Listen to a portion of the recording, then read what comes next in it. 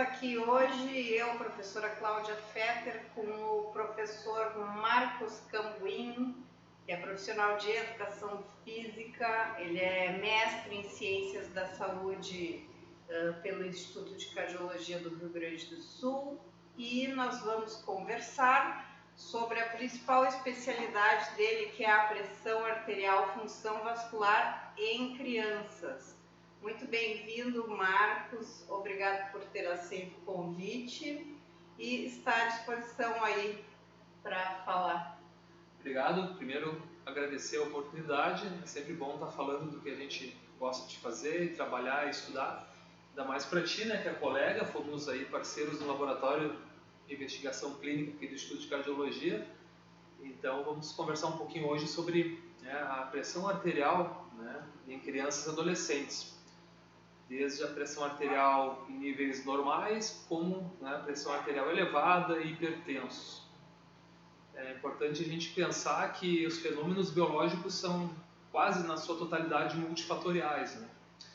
Então, a gente precisa dar uma retomada, assim, até mesmo antes do nascimento dessa pessoa, né? Porque os níveis pressóricos eles estão relacionados, inclusive, né, com os seus pais, né, e principalmente com a sua mãe, como, por exemplo, quando a mãe é hipertensa, ou a mãe é diabética, né, ou a mãe é obesa, tem uma estreita relação com a saúde da criança, né, intrauterina e posteriormente também ao nascimento. Né.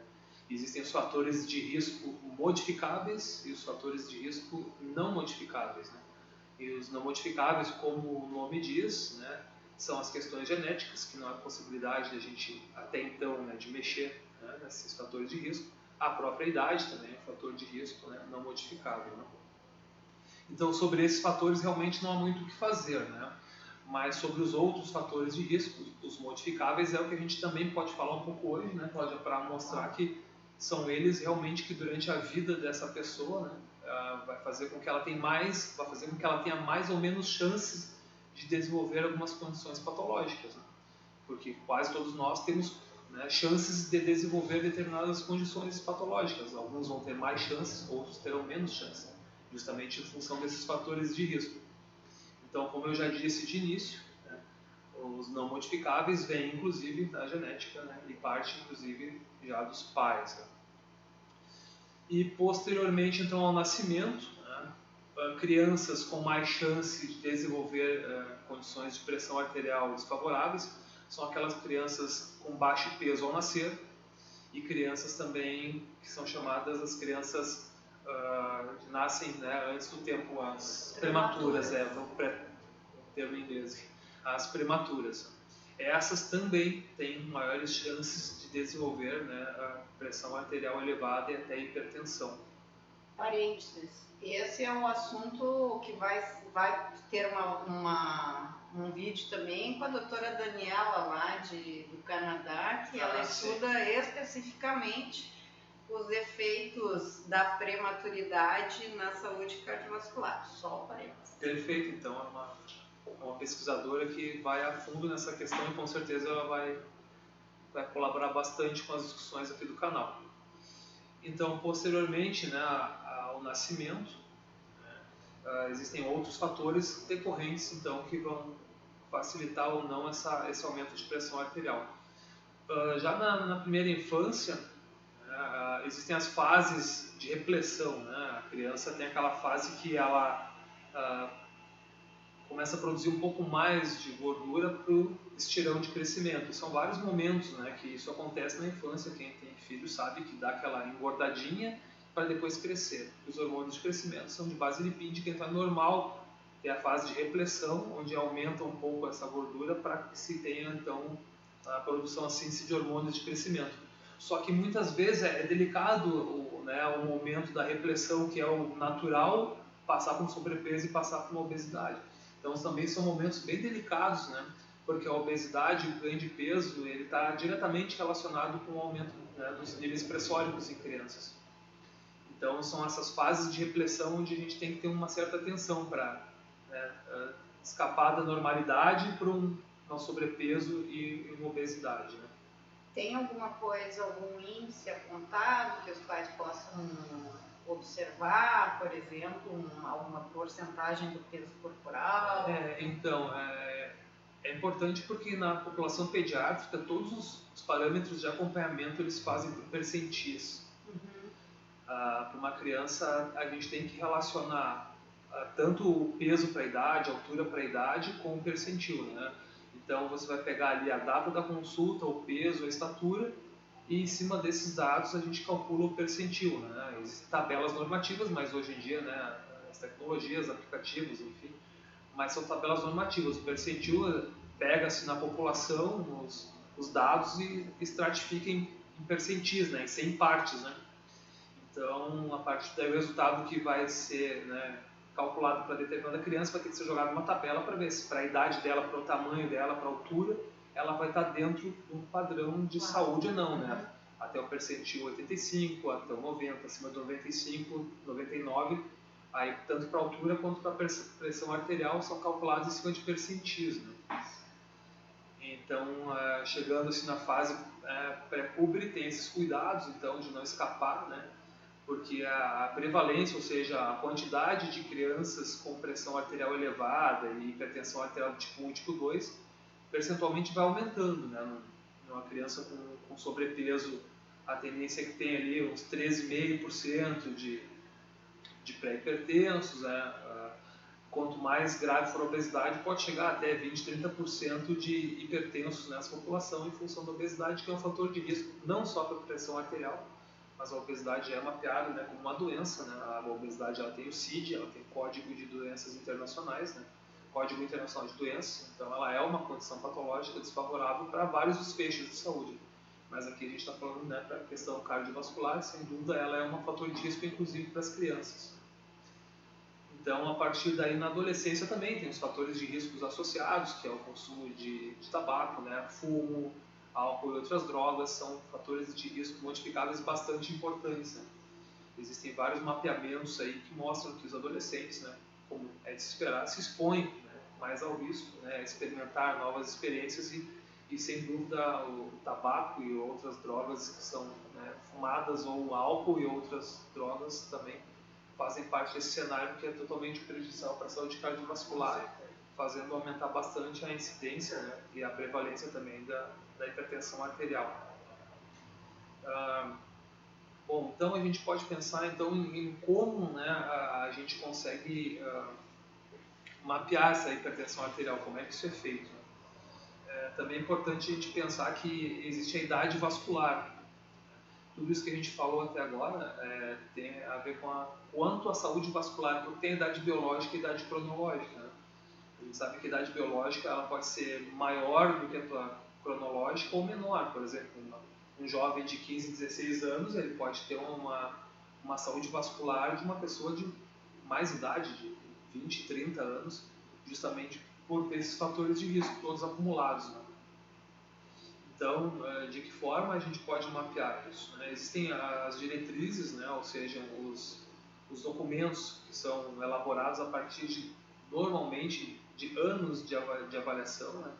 Faz-se um levantamento, existem os grupos, as forças-tarefas de pesquisadores que se debruçam sobre um determinado assunto, fazem uma revisão da literatura, né? De todos os aspectos relacionados a essa condição, né? Que no caso é a hipertensão arterial, e teve a última diretriz, né, foi publicada em 2017, ela é a mais completa até então, né, pois fez um levantamento aí de mais de quase 10 anos de publicações e diretrizes anteriores a ela, que as diretrizes também vão se atualizando, né, durante o tempo, né, durante a história. Isso começou com mais interesse lá na década de 1990, essa preocupação com a hipertensão arterial na infância e adolescência, e vem vindo, né, até atualmente em 2017. A gente teve essa atualização, que foi a última atualização. Então é importante a gente perceber que a pressão arterial ela deve ser acompanhada, né, na criança a partir dos 3 anos de idade. Mas de que forma? Ela é acompanhada para as crianças que são saudáveis. A recomendação é que anualmente se faça uma medida, né, na consulta pediátrica, para as crianças que estão no nível de normalidade, né?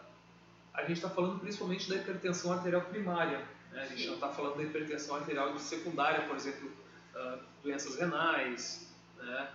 Doenças metabólicas, por exemplo, como endócrinas, né? Questões hormonais, doenças, hipertensão arterial também que vem de uso de outros medicamentos. A gente está falando da hipertensão arterial primária, né? Que tem a ver com esses fatores de risco. Aquela que vai se estabelecendo caladinha em função desses fatores de risco modificáveis e não modificáveis, né? Então é algo assim que vem caladinho, mas que cabe aos pais que vão ao médico fazer de ano em ano, por exemplo, mediu a pressão, está normal, ok, vou ver no ano que vem. Mas e daí? Então, se não estiver normal? Então, esse termo que tu usou agora, que ela vem, né, caladinha, né, é um termo muito apropriado, porque as doenças cardiovasculares são silenciosas, né? E justamente por serem silenciosas que a gente procura ferramentas para que periodicamente se acompanhe a condição de saúde, para que não deixar que ela grite em algum momento, né? Isso. Porque quando ela gritar, muitas vezes é uma situação bastante complexa, né, de saúde, já tem outros fatores envolvidos e outras comorbidades envolvidas. Então, essa condição que vem caladinha, a gente tem que tentar escutá-la de alguma forma, né? E é isso que tu perguntou, como é que a gente vai escutar essa condição que está lá quieta, né? Então, desta forma, né, por exemplo, as crianças saudáveis medem-se anualmente, né, na consulta pediátrica, né? É importante, né, a escola também participar desses momentos, né? As medições feitas em casa também são importantes como parâmetro, né? Elas não definem, né, o diagnóstico de uma criança hipertensa, mas elas servem como um monitoramento que auxilia o médico nessa conduta. As medições em casa depende muito do equipamento que é usado, muitos equipamentos não são calibrados, né, não são validados, né? A medida na escola também, o ambiente escolar ele muitas vezes não se presta a uma medida fiel. Os próprios estudos dizem isso, né? Não sou eu que estou dizendo, os estudos mostram que é difícil a reprodutibilidade das medidas em casa ou na escola, mas elas servem sim de parâmetro para, né, acrescentar na conduta médica, né, na consulta médica. Então, a partir disso, a gente pode pensar que as crianças saudáveis, como já foi dito, têm essa medida anual. As crianças que, né, são prematuras, que têm outras condições, aí são em cima dessas condições que existem esses protocolos específicos, né, para quem tem uma condição secundária de hipertensão. A gente está falando aqui, a princípio, das crianças saudáveis, né. Então, por exemplo, mede-se anualmente, né, a partir dos 3 anos de idade. Bom, e aí, né? Apareceu uma medida lá alterada, o que se faz? Bom, primeiro que o diagnóstico se faz em momentos distintos, não é uma medida que determina, né, se a pessoa, tanto adulto quanto a criança, não é uma medida que determina o diagnóstico, existe um acompanhamento que deve ser feito, né?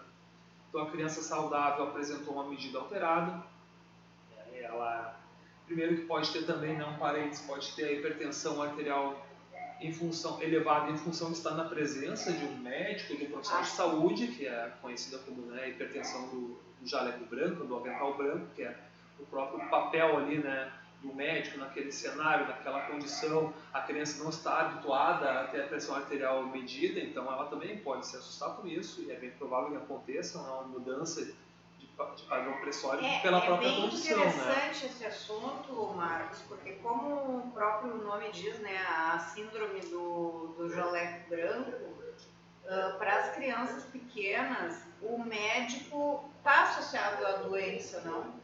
Então, ir ao médico e fazer um exame que para ela pode parecer complexo, que vai apertar o braço da pressão arterial, pode realmente ter uma reação emocional, né, que vai desencadear aí um aumentinho na pressão dela e que vai semear a dúvida.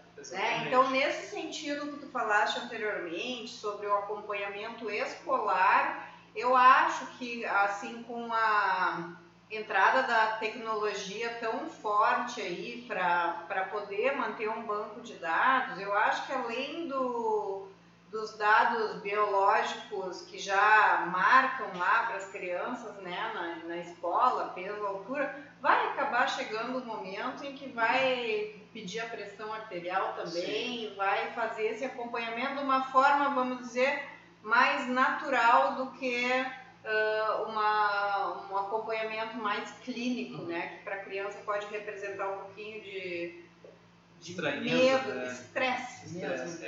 Então é bem relevante essa questão, Cláudia, porque assim, existe uma característica natural da criança que é uma variabilidade maior, né? Da pressão arterial e de todos os parâmetros de saúde. A criança, a taxa de crescimento é muito rápida, então a variabilidade de todos os componentes pressóricos ela é muito dinâmica, né?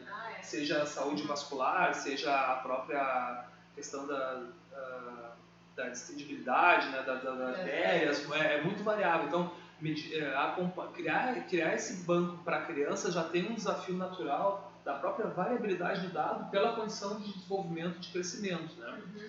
Claro que com as tecnologias, como tu bem mencionaste, isso vai proporcionar, mas os dados até então, eles ainda são escassos de tu realmente afirmar que uma medida num lugar é válido, é mais ou menos válido. A ciência, a gente sabe que a ciência precisa de um método bastante rigoroso para poder chegar num dado momento e afirmar que aquela condição de medida realmente ela tem, né, uma validade, né? Sim, então eu acredito que sim, que isso que tu falou tem total, né, relevância, mas ainda está num processo de construção desses dados. Exatamente, né? Construção da consciência. Esse canal se destina realmente a que todos nós possamos ficar alertas, conscientes e contribuir de alguma forma, se não para o manejo, redução da pressão, pelo menos para o seu controle. Está sendo observado que aqui a pressão está aumentando. Por quê? Porque as taxas de prevalência na população adulta não param de crescer e isso representa um grande ônus para o sistema de saúde mundial, né?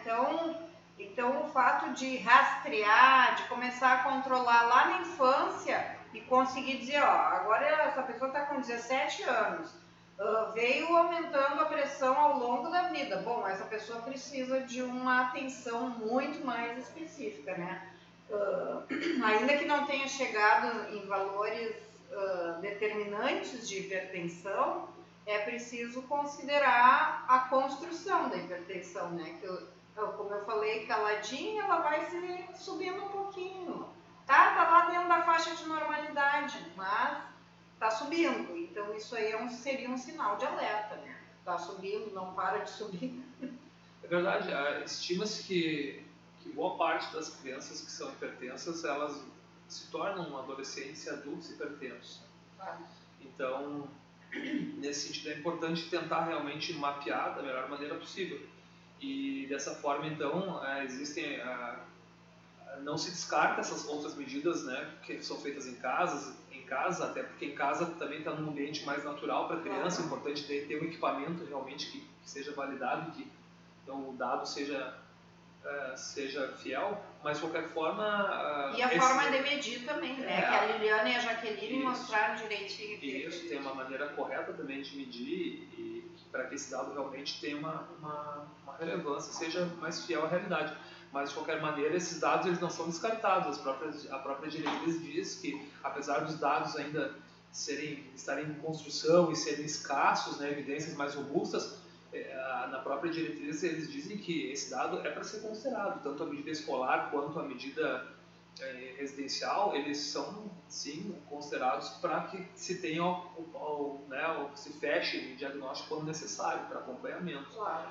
Porque então, se uma criança vai ter a sua pressão arterial elevada numa consulta, uma criança saudável, se pede, se faz orientações de saúde nessa consulta, né, a prática de atividade física, exercício físico, que a gente vai falar logo a seguir, né, sobre a importância e os impactos que tem, orientações para a família como um todo, porque muitas vezes é difícil uma criança ter um hábito saudável se a família não tem. Os responsáveis por essa condição são os familiares, né, que convivem com essa criança, assim como tu falaste antes, né, que a questão do para a criança ir ao médico é doença, mas depende muito. Daí eu quero entrar numa questão mais subjetiva, mas é inevitável falando em crianças que Aí depende muito de como os pais ou responsáveis tratam do médico na sua rotina, né? Ah, tu vai lá tomar uma injeção, aquela coisa, se tu não parar quieto eu vou lá te dar uma injeção. Como é que é muito comum, né?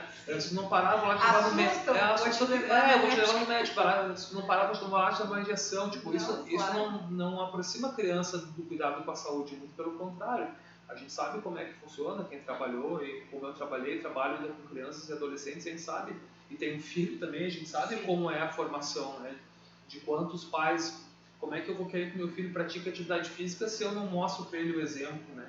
Porque para as crianças, principalmente as mais jovens, vale o que tu faz, não é o que tu fala, né? Isso aí. Então é a tua atitude com as crianças para mostrar realmente que elas vão para um lado ou vão para o outro. Então é um parêntese meio subjetivo, mas é importante falar sobre isso. Claro. Né? Com certeza, né? A abordagem que se faz não pode ser na direção do afastamento da consciência e da saúde, e que o médico não morde, né? Exato. Se coloca como punição, Exato. Eu vou te levar no médico, já torna Complicado. tudo perigoso. Agora eu ia te perguntar, Marcos, que eu sei que é uma especialidade tua, sobre a questão vascular ou endotelial, né? Que eu sei que foi o teu trabalho de mestrado aí. Como que vocês conseguiram rastrear as crianças aí e ver como essa função endotelial ou a função vascular já mais, vamos dizer, prejudicada um pouco, estava associada com a hipertensão em crianças, e como o manejo através da atividade física ou do exercício físico pode melhorar essas condições antes que chegue a hipertensão. Tá bem. Só para finalizar ali a questão, né? Então, para fechar o diagnóstico não é uma forma simples. Então, vai à consulta, por exemplo, deu pressão arterial elevada, o profissional de saúde faz orientação de hábitos, né? De saúde, de alimentação, de exercício físico, retorna em 6 meses, mede de novo, se deu alterado, mede membros superiores, mede membros inferiores, né? E se depois volta daqui a 3 semanas, depois se der de novo, vai para o mapa, né? Que é o monitoramento aquele 24 horas. Tá? Então, para fechar o diagnóstico, depende de muitos dados. Né? Então, uma medida alterada não quer dizer, não é para gerar tanta preocupação, mas sim realmente o que perguntou agora, que é os fatores, né, modificáveis, né? O que a minha pesquisa do mestrado mostrou, corroborando com outros estudos que já existem, né, e de que maneira a gente conseguiu abordar essa questão. Bom, primeiro é importante falar que o meu trabalho foi um trabalho transversal, né? Ou seja, dentro da pesquisa existe uma hierarquia, né, dos trabalhos científicos, e o meu trabalho se posiciona então no estudo transversal, e foi realizado uma medida de pressão. Então os resultados desse trabalho, né, como até então eu já tentei explicar, não posso afirmar que nenhum desses jovens adolescentes que participaram da minha pesquisa são hipertensos, apesar das medidas corroborarem com outros estudos que já existem, né? Eu não posso afirmar, por uma questão, né, de ética científica, não posso afirmar que eles são ou não são hipertensos, né? Mas os dados mostram que está mais para o caminho do sim do que do não, né? Então, o meu trabalho levando em consideração os aspectos relacionados à função endotelial.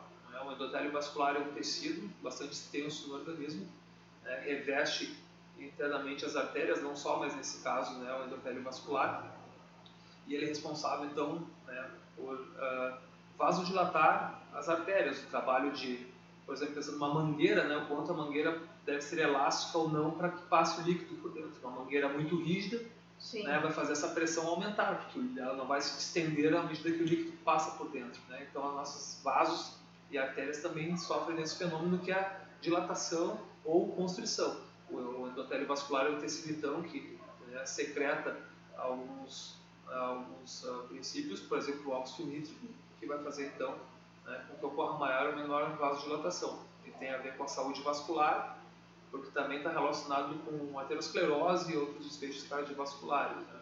As questões de trombose são todas relacionadas, então, com a saúde do endotélio vascular. Então, minha população de interesse foram os adolescentes, né? E a amostra foi composta por adolescentes aqui nas escolas, algumas escolas de Porto Alegre, e a ideia foi então avaliar o quanto eles faziam de atividade física naquele momento, fazer um eletro em esforço, um eletrocardiograma em esforço, e também fazer a avaliação do endotélio vascular através de uma técnica de ecografia.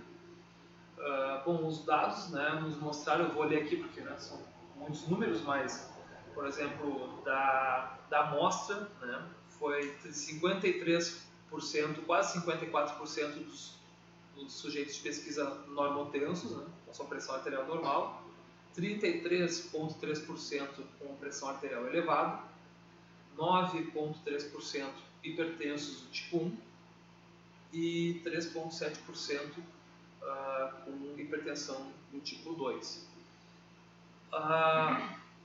O nível de atividade física deles é baixíssimo, né? Se preconiza que os adolescentes e crianças e adolescentes têm em torno de 300 minutos por semana de atividade física.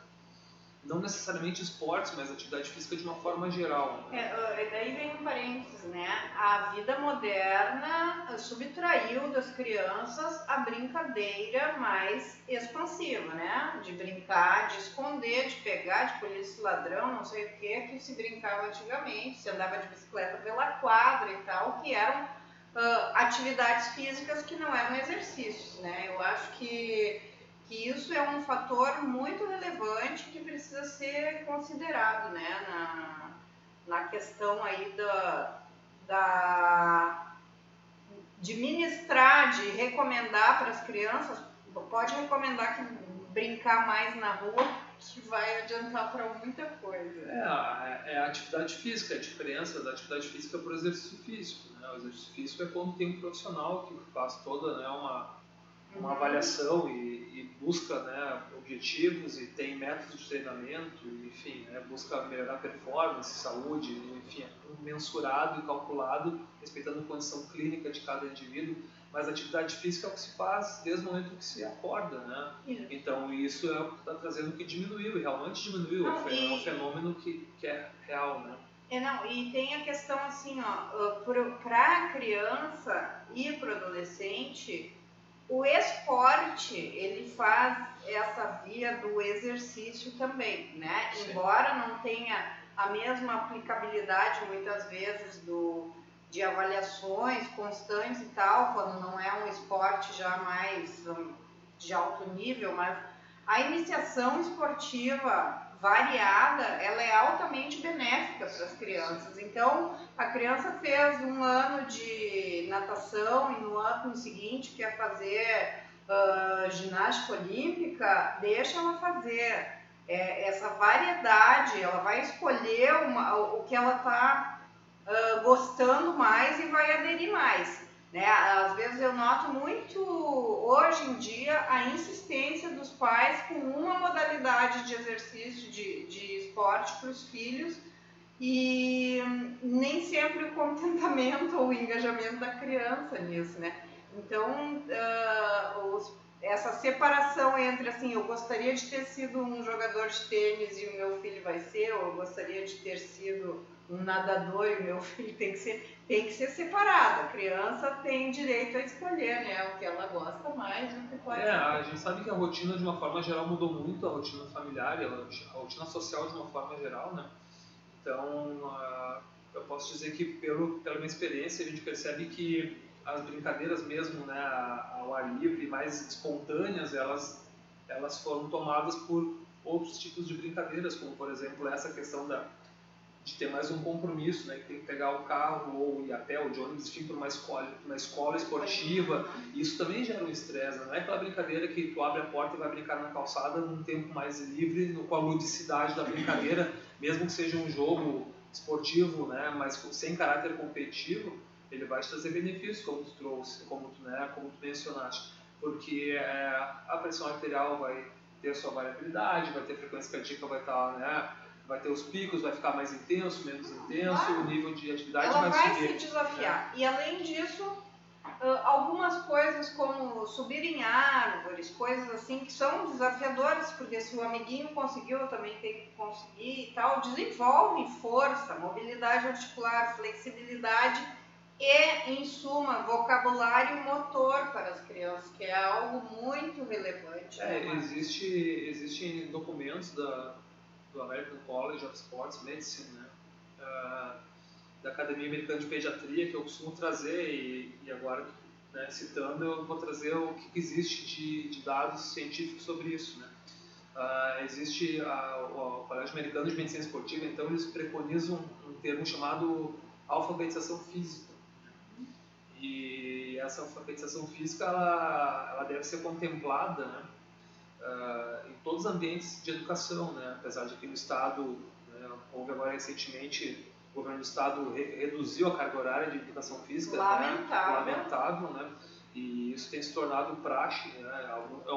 Enquanto em alguns países o exercício físico, a atividade física nas escolas é, inclusive, o carro-chefe, dependendo da faixa etária, aqui tem se pensado o contrário em alguns momentos, né? E quando, na realidade, a educação física escolar, para uma vasta maioria da população, é a única oportunidade de contato com essa atividade, né? Esporte, lazer, saúde, no forma geral, porque a educação física escolar, ela pode também, né, ter esse viés de saúde, não necessariamente, né, não precisa ter uma aula teórica do formato sentado para estar falando sobre saúde, tu pode estar num jogo dinâmico, numa atividade corporal e também estar dando as pinceladas sobre informações de saúde, né? Mas de qualquer forma, então, a alfabetização física preconiza isso. As fases de desenvolvimento motor, né, os potenciais que existem em cada fase de desenvolvimento motor que estão sendo deixados para trás. Então acaba existindo um empobrecimento tamanho que a Academia Americana de Pediatria lançou então a tríade da inatividade física pediátrica. Né? E essa tríade, como o nome diz, né, são 3 questões. Né? E no fim das contas, o resumo dela é que as crianças estão ficando mais lentas, pesadas e mais fracas. Né? Então, nesse sentido, existe uma falta de força e potência muscular. Né? As crianças estão ficando mais pesadas, mais obesas e mais lentas por consequência. E isso vai refletir na questão que tu trouxe, né? Que é o empobrecimento motor, o afastamento da criança da prática corporal, né? Porque quando ela não se sente capaz, quando ela não se sente competente, quando ela não se sente motivada, quando ela não se sente forte a fazer uma atividade mínima, isso vai fazer com que ela se afaste cada vez mais da atividade física. Somado a isso, a rotina, né? As famílias que acabam sendo tomadas pelas suas rotinas e a criança fica dentro de casa, não vai para a rua porque tem a questão de segurança. E, enfim, aí as atividades físicas acabam sendo essas que tu falou. Tem que ir para uma escola, tem que pegar o carro ou de ônibus, é mais um estresse porque está atrasado. Porque isso eu quero dizer que acaba saindo daquela naturalidade da atividade física mais elementar. Assim, sim, a atividade física natural da criança, porque então assim a criança passa, e eu vejo isso acontecer, a criança passa o dia meio que numa caixa, né, ou né, do apartamento para a escola, da escola para o apartamento, daí quer brincar mais, não pode, porque agora tem que subir, tem banho, é isso, é aquilo, e aquela energia não foi gasta, isso é o fato. Né? Dá para notar. Ele não gosta de dormir cedo, não consegue dormir cedo. Bom, mas tá com ali, né, toda a energia por ser utilizada de outra forma.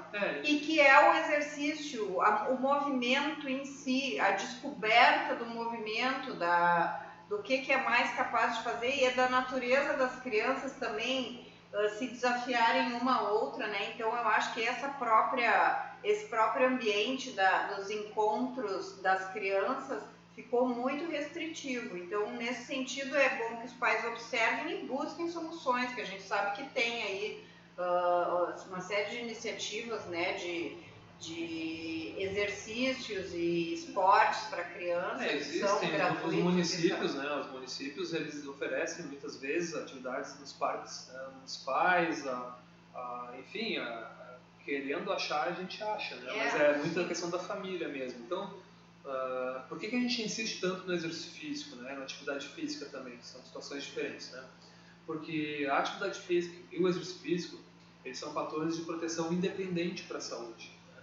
O que isso quer dizer? E para a pressão arterial, especialmente. Exatamente, que é o nosso tema aqui, né? Principalmente na modulação de baroreflexa, na questão, né, da renina-angiotensina, regulação todo o sistema vascular. Então, o que significa ser um fator de proteção independente? Independente de qualquer outra questão de saúde, Se a pessoa faz atividade física e exercício físico regular, ela vai ter benefícios. Ou seja, aquela pessoa, eu vou trazer exemplos, tá? Não quero que ninguém faça, mas uma pessoa que fuma e faz atividade física, ela é mais saudável do que aquela que fuma e não faz atividade física. Sim. Uma pessoa que não precisa começar a fumar, mas é só para dizer o que é um independente, né? Uma pessoa que tem uma dieta que não é tão equilibrada assim e faz exercício físico, ela vai ter a saúde melhor do que aquela que tem a alimentação não tão boa e não faz exercício físico. E isso é uma evidência que já existe na literatura. Assim como a alimentação também tem seus fatores protetivos, se a gente somar tudo junto, melhor. Mas o exercício é importante entender que ele é um fator de proteção independente. Por isso a gente pega tanto essa situação de incentivar, né? Pratique atividade física com o seu filho, com sua criança que você é responsável. Né? A gente entende, eu trabalhei muito tempo no ambulatório de pediatria e a gente sempre tentando dar alternativas para as pessoas, né? Qualquer 15, 20 minutos que você consiga estimular vai ser bom para todo mundo, vai ser bom para o adulto, vai ser bom para a criança, né? Quem já tem autonomia, um adolescente que já tem mais autonomia, que pode ir a pé para a escola, apesar disso não ter se mostrado algo tão impactante assim, porque a atriz da atividade física pediátrica já mostra que essas atividades também já não estão sendo suficientes para melhorar o quadro, né? Mas serve como um start, assim, um início da questão de movimento, né? E ir a pé para a escola se conseguir, vai de bicicleta se for possível, se o clima está permitindo naquele momento. Existem estratégias, né, de tentar fazer com que a criança se aproxime da atividade física, mas... E eu acho que tem a questão da corporeidade mesmo, né?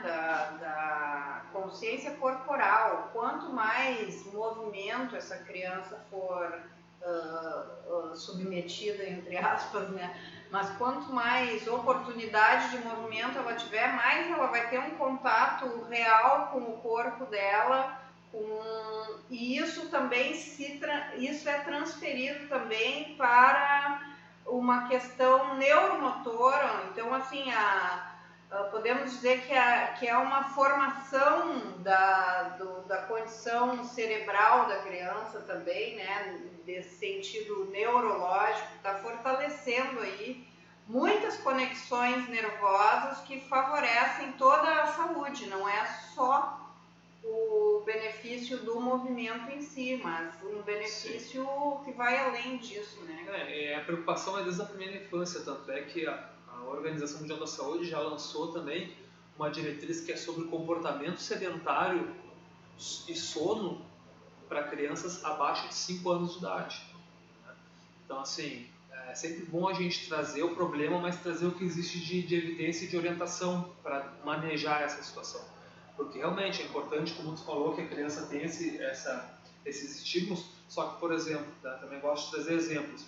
Era comum eu receber no ambulatório crianças com um repertório motor que a gente chama, né, não consegue fazer um movimento com qualidade. Pede para pular, não consegue. Pede para andar de bicicleta, não consegue. Pede para ficar num pé só, não consegue. Então, assim, e aí muitas vezes essa família chegava e me dizia, olha, o outro profissional de saúde que nos atendeu disse que ele tem que andar de bicicleta, que ele tem que pular corda. Mas assim, tu avalia, nós com o olhar da educação física, a gente avalia aquela criança, bate o olho e sabe que ela não tem condição mínima de pular uma corda, não tem condição mínima de subir uma escada. Então, a importância, né, a Organização Mundial da Saúde então já lançou uma diretriz falando sobre isso, comportamento sedentário e qualidade de sono, que é outro fator muito importante que também tem a ver com a hipertensão arterial. Né? As crianças que dormem mal, e isso é uma coisa, é uma situação, uma condição que está cada vez mais recorrente, a péssima qualidade de sono noturno, que é o sono onde se desenvolve, onde a criança tem os hormônios de crescimento e toda sua recuperação celular acontece no sono noturno. A criança tem que dormir, por exemplo, uma criança até 1 ano de idade tem que dormir de 12 a 16 horas em um período de 24 horas. Essa criança até 1 ano de idade, ela tem que ter 30 minutos pelo menos de atividade física, uma criança de até 1 ano de idade. E que atividade física é essa? É botar ela de barriga para baixo, é fazer ela começar a fortalecer sua musculatura paravertebral, ficando de barriga para baixo. Ela não gosta, ela chora sim, ela vai chorar. Se ela chorar muito, vira, aí ela vai ter o tempo dela também, né? Tem dias que ela vai estar afim, como nós, tem dias que ela não vai estar afim de fazer, de ficar de barriga para baixo. ela precisa ficar 30 minutos pelo menos de barriga para baixo, num lugar seguro, obviamente, sólido, que ela consiga tracionar, que ela consiga fortalecer os eretores da espinha, a musculatura paravertebral da coluna. Isso é recomendação. Ela começa a engatinhar. Ela deve ter 0 minuto de estímulos de tela até 1 ano de idade. Ela não tem que ver vídeo, ela não tem que ficar vendo desenhos no celular, ela tem que estar ou no colo da mãe amamentando, ou dormindo, ou sendo estimulada. Ela nem entende o que acontece com um vídeo com 1 ano de idade. Não tem por que uma criança pegar um celular com menos de 1 ano de idade. Tá? Então, assim, e aí depois, posteriormente, quando pegar uma criança maior, de 1 até 2 anos, são 180 minutos de atividade física, de 2 a 3 anos, desculpa. 180 minutos de atividade física por dia, que aí já vai envolver ela já está caminhando, deixar ela mais livre, né? Ela brincar, certo? Ela vai ter que dormir de 11 a 14 horas por noite, horas noturnas, certo? Ela vai aí até 1 hora de tela por dia. Hora de tela é celular, é TV, é vídeo. Claro que tem situações e situações, não é uma lei isso aqui, mas essas evidências mostram que isso é interessante. É uma recomendação, é uma recomendação para a saúde. Claro que às vezes tem situações que tu vai, né? Tá esperando uma consulta daqui a pouco, ou tá esperando um ônibus, um trem, um avião, e tem situações e situações, não é uma coisa rígida, mas na rotina essas são as recomendações. Mas é que hoje em dia, né, Marcos, recorrer à tela para tudo, para entreter a criança e de repente para adulto poder usar a sua tela também enquanto ela está. Esse hábito da tela, ele precisa ser vigiado constantemente, porque ele não apresenta, até que se saiba, grandes efeitos benéficos. Mas eu trabalho, mas eu estudo, mas não, tá tudo bem. Mas efeito benéfico não está demonstrado. Então é melhor que a gente passe a observar melhor o efeito maléfico, vamos dizer, que é o excesso de tela, que daí isso sim já está bem demonstrado e com números bem interessantes, como tu vem trazendo aí, e que precisam ser considerados sempre, né? Exatamente. Então, depois ali, a partir dos 4 por 5 anos, a recomendação são 180 minutos de atividade física por dia, né? Ou seja, 3 horas, das quais 1 hora de atividades intensas, né? Com corridas, com jogos já adaptados. Uma criança de 4, 5 anos já consegue brincar de esporte, já consegue pular, já consegue ter uma dinâmica de intensidade cardiovascular mais alta. Então, de 4 a 5 anos são 3 horas, pelo menos. Isso são os valores mínimos, né? Se espera ter que pedir para uma criança brincar pelo menos 1 hora intensa, é lamentável até, porque uma criança de 4, 5 anos ela tem que brincar bastante, da natureza né? dela, da natureza ela vai. Dela, né? Se tu deixar ela no parquinho, ela vai fazer essa brincadeira sozinha, vai fazer com outras crianças, vai pedir para segurar na gangorra, que ela não consegue andar sozinha, mas ela vai estar fazendo essas atividades de forma natural, porque é de essência até metabólica, né, da criança, que ela tem essa energia para fazer, correr, se mobilizar. Daqui a pouco ela cansa e vai ir de novo. É diferente do metabolismo dos adultos, né? E então, esse movimento, esse acúmulo de movimentos para a criança, ele vai ter um efeito lá sobre o endotélio. Né, também sobre o endotélio muscular, que é a saúde endotelial, né, que é a questão de ter uma vasodilatação com mais qualidade, né, evitando assim que se inicie os processos de aterosclerose. Eu até tive um colega aqui, um médico cardiologista, né, que me ajudou bastante no mestrado, que era um ecografista, que me ajudou em vários momentos, que fala que em uma situação profissional ele estava como socorrista assim, de ambulâncias de estrada, né? E houve um óbito de uma criança, né? E ele teve que fazer autópsia, então foi ele que atendeu, né? Criança de 9 anos que já tinha, né, as placas, né, as espumas, as estrias de gordura, que é o início da aterosclerose. Então, infelizmente, a gente sabe que isso acontece, né? Não é raro, e é um fenômeno que é silencioso, mas ele já acontece em crianças, né? E aí, então, só reforçando a importância da questão da infância mesmo, né? A questão de o bebê se movimentar, ele fazer força, né? Ele poder estar no chão, ele poder tracionar, ele poder fortalecer seu abdômen, musculatura mais profunda, musculatura de estabilização, Claro. que na medida que ele for crescendo e as fases de desenvolvimento motor forem se abrindo para ele vai ter mais competência para se movimentar, mais qualidade e vai ter prazer em fazer. Essa é a questão. É difícil depois com 10, 12, 15 anos tentar fazer um adolescente se motivar se ele tem problemas mecânicos, ele tem lá um joelho valgo que instabiliza, ele tem problemas de tornozelo, ele não consegue se movimentar. Isso é bastante complicado, isso é da infância, né? Eu acho que assim, que a questão do engatinhar, né, que é algo que vem diminuindo, que a gente vê que tá engatinhando menos, que é uma coisa que quem tem bebê ainda pequeno, deixa engatinhar. Mas ele amolece o braço. Deixa amolecer até a hora que fica forte. Assim que ele vai aprender. Não é uma performance, não vai para as Olimpíadas. Vai aprender os movimentos básicos e, nesse caso, toda a motricidade cruzada entre membros superiores e membros inferiores é muito trabalhada nessa questão do engatinhar e não pode pular essa fase, porque é melhor ele caminhar logo direto. Não é melhor. Do ponto de vista neuromotor é péssimo até. Então deixem as crianças viverem as suas fases e viverem o movimento, né? E na medida do possível estimulem, levem a outras alternativas que elas possam fazer mais movimento, mais atividade física, esporte e exercício, porque além de tudo o esporte também é um grande disciplinador, né? Não precisa virar atleta de alto nível para encontrar no esporte algo que prende a mente, que disciplina não só o corpo, mas também a mente, né? Para atenção, concentração, todos esses outros benefícios que podem ser alcançados, né? Isso, e para complementar essa questão da infância, porque é realmente uma situação bastante complexa, mas não, a criança quer subir num sofá, sabe, não faz a tarefa para ela, sabe, não pega ela e bota no sofá, dá um pezinho, bota a mão para botar o pé e ela escalar o sofá para subir. Isso já é um trabalho de força, é um trabalho de passar por um obstáculo que é o obstáculo da vida dela naquele momento. Então não faça para ela, evite andadores, né? Evite que sua criança, seu bebê use andador, porque o andador ele faz com que a musculatura que deve ser estimulada, ser fortalecida para que ela caminhe, ela fique muito subutilizada por causa do andador.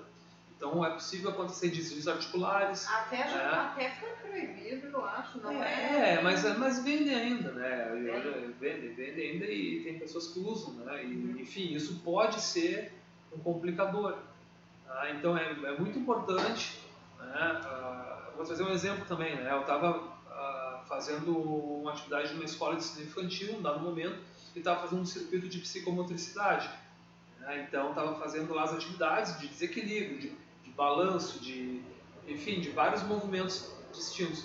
E tinha uma gangorrinha pequena, assim, uma gangorrinha de 30 centímetros que era para passar por cima como se fosse uma pontezinha, né? E o menino foi subir nessa gangorra e pisou e ela baixou e trancou o outro pé dele, né? E ele parou para pensar o que ele ia fazer. E aí veio uma professora, acredito, lá e pegou ele, tirou ele e passou ele por cima do obstáculo. Depois eu conversei com ela, né, tentando mostrar que deixa ele sentir o que aconteceu, deixa o arco reflexo, deixa ele pensar, deixa ele sentir que prendeu o pé, que ele tem que tirar. É isso que às vezes falta, não fazer a atividade para o filho. Como eu disse, ele quer pegar alguma coisa que está no alto, ajuda ele, sabe? O exemplo do sofá é mais clássico, porque ele vai querer subir no sofá. Então dá um pezinho para ele subir no sofá, se agarrar, fazer força, subir, para ele se fortalecer, para ele sentir a coisa acontecer, porque aquele momento é o desafio dele. Né? O desafio da vida dele é aquele, ele se sentir capaz de passar por aquele obstáculo, que para nós seria subir uma montanha, seria alguma coisa proporcional, né? É muito fácil de observar as crianças todas, né? Elas já são grandes. Elas gostam de dizer isso, né? Sim. A gente brinca com ela. Então é esse tipo de objetivo, entre aspas, que as crianças têm. Quando elas conquistam esse objetivo, elas se sentem satisfeitas. É diferente de alguém alcançar o objetivo para elas. Então, num sentido físico, motor de realizar movimento, deixa ela fazer. Ah, mas ele não consegue andar sozinho, deixa cair, porque é caindo que ele vai aprender como é que se equilibra. Não sendo uma situação de alto risco, claro, É assim, óbvio, né? Mas assim, né? Mas tem que ter um limite, mas assim, não há problema nenhum, né? Se não é uma situação de alto risco, faz parte, né? Se sentir, se equilibrar, enfim. E eu acho que então, Marcos, assim, pra gente ir finalizando aí, eu acho que é falar pro pessoal aí que esse componente exercício é uma das principais, vamos dizer, vantagens. A gente chama regularmente exercício porque eu sou professora de educação física, o Marcos é professor de educação física, então a primeira palavra que nos vem à mente é exercício. Tá? Mas a gente vem acompanhado de evidências robustas junto à ciência, e não só a ciência, como as evidências culturais de todos os povos que demonstraram aí que o mens sana in corpore sano, né, o mente sã em corpo são, e outras, vamos dizer, outras frases aí que pegam nesse sentido, que mostram que o quanto o exercício, o movimento, ele é benéfico para a saúde, e que isso tem benefícios desde lá da infância. A construção do movimento desde lá da infância também está atuando lá nos vasinhos, nas artérias das crianças, deixando as artérias mais saudáveis. E isso vai ter um benefício lá nos níveis de pressão arterial. Então é muito importante que a gente tenha essa consciência que se você acha que está pouco, que a criança está se movimentando pouco, existem lugares para procurar, e como o Marcos falou, as prefeituras têm boas iniciativas aí de atividades para as crianças, de esportes e outras funções gratuitas, né? Gratuitas. E também conversar na escola sobre como está indo a educação física, se tem as classes de educação física suficientes, se está cumprindo exatamente o papel, né? E outras coisas assim. E aí, Marcos, dá uma... Para finalizar, então, assim, são os pontos principais, né? A gente falar da prevalência, tá? Que de hipertensão arterial na infância e adolescência gira em torno de 3,5%, 4%, chegando até perto de 25%. Né? Então, quanto mais obeso, normalmente está chegando mais perto desses 25%. Né? Existem cenários em outros locais, em outros países, com outras condições, que a prevalência é maior, chegando perto de 30%, 35%. Né? A importância do exercício físico desde a infância, desde as fases mais elementares de movimento, desde a fase, saindo da fase reflexa, ali, quando o bebê sai da fase reflexa. Então, entender que existem diretrizes, né? Chegou a tal ponto a sociedade que tem diretriz para a qualidade de vida de crianças até 5 anos de idade. Isso mostra a preocupação que existe das entidades, né, que trabalham com a pesquisa na área de pediatria, né? E a qualidade do sono. Né? A atividade física também como um fator de proteção independente, como eu disse, mas o sono realmente, a pressão arterial, a variabilidade que deve existir no ciclo circadiano do sol, né? Nós somos regulados pelo ciclo circadiano, então é necessário a variabilidade, porque a criança não entra em sono profundo, e isso faz a variabilidade da frequência cardíaca não trabalhar da maneira correta, né? O obeso ainda tem a questão da apneia do sono, que também é uma causa importante da hipertensão arterial até em crianças, né? Os obesos principalmente, quanto mais obeso, pior essa questão da variabilidade da PA em função da obstrução, da apneia obstrutiva do sono. Então aí, já que vamos falar disso, vou dar bem rapidinho, só assim, estamos no verão, as pessoas vão na piscina, na praia, brinca com a respiração das crianças, faz botar o rosto na água e soprar pelo nariz as bolhas para ir despertando essa conexão com a respiração também, que só ajuda a controlar a pressão. Exatamente, vai. Então é isso aí, são os tópicos mais relevantes que eu percebo desde essa minha jornada, né, com a pediatria, são os tópicos importantes que eu acredito que são os motes, assim, que realmente é o exercício físico desde a da primeira infância, porque cada fase de desenvolvimento, né, quando a criança, como eu disse, de barriga para baixo, vai começar a fortalecer a musculatura da coluna, depois fortalece abdômen, peito, começa a ficar na posição de urso, que a gente chama, do lagarto, do urso, e todas essas posições que elas assumem, elas vão fortalecendo o seu corpo de maneira harmônica, para que depois os movimentos mais elaborados venham a acontecer.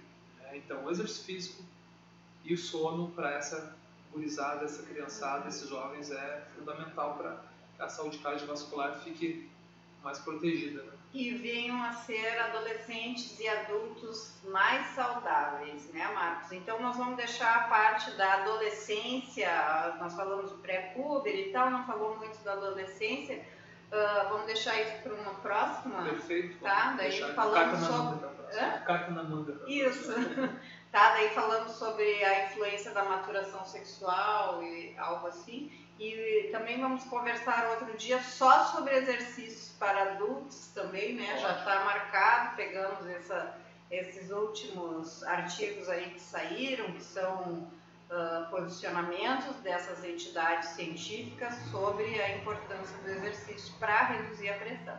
Então, fica para uma próxima ocasião, um abraço para todos e cuidem da sua pressão.